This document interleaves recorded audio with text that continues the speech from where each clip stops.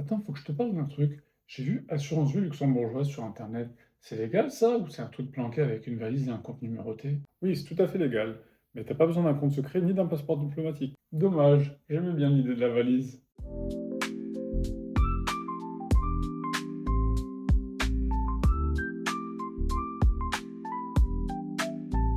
Très simplement, une assurance vie luxembourgeoise, c'est une assurance vie, mais elle est logée chez un assureur au Luxembourg avec des règles différentes de la France. Donc c'est la même chose, mais en plus chic? On peut dire ça. Même logique. Épargne, investissement, transmission, mais avec un cadre juridique beaucoup plus protecteur.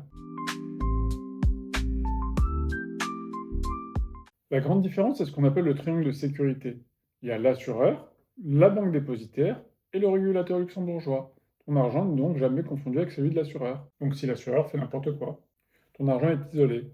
Tu es créancier super privilégié. Tu passes avant l'État, avant les banques, avant les salariés, avant tout le monde. Ah oui, et en France, je passe après le chat du PDG, c'est ça? On va dire que l'ordre n'est pas tout à fait le même. Ok, mais dedans on met quoi? Un livret à luxembourgeois? Non, tu peux mettre des fonds classiques, des ETF, des fonds immobiliers, du private equity, parfois même des titres vifs.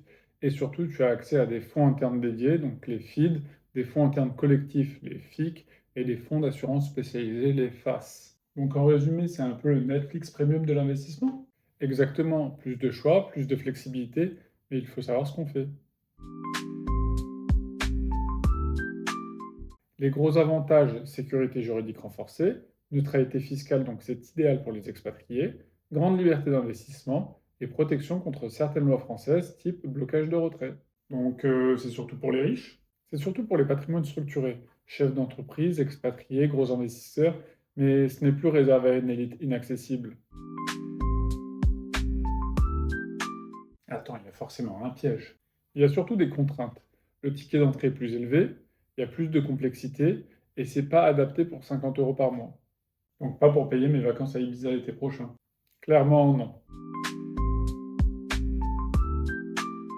Bon, et les frais, parce que Luxembourg plus sécurité égale facture salée, non? Les frais existent, oui, mais ils sont visibles, négociables et cohérents avec les services proposés. Ce n'est pas moins cher, c'est différent. Donc il faut comparer intelligemment et pas juste regarder le pourcentage. Exactement.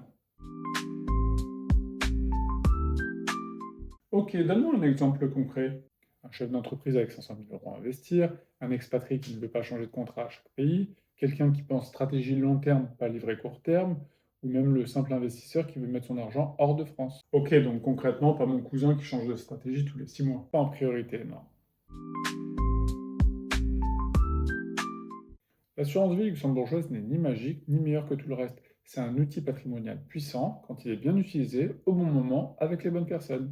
Donc, comme d'habitude, c'est pas le produit le problème. Exactement, c'est la stratégie.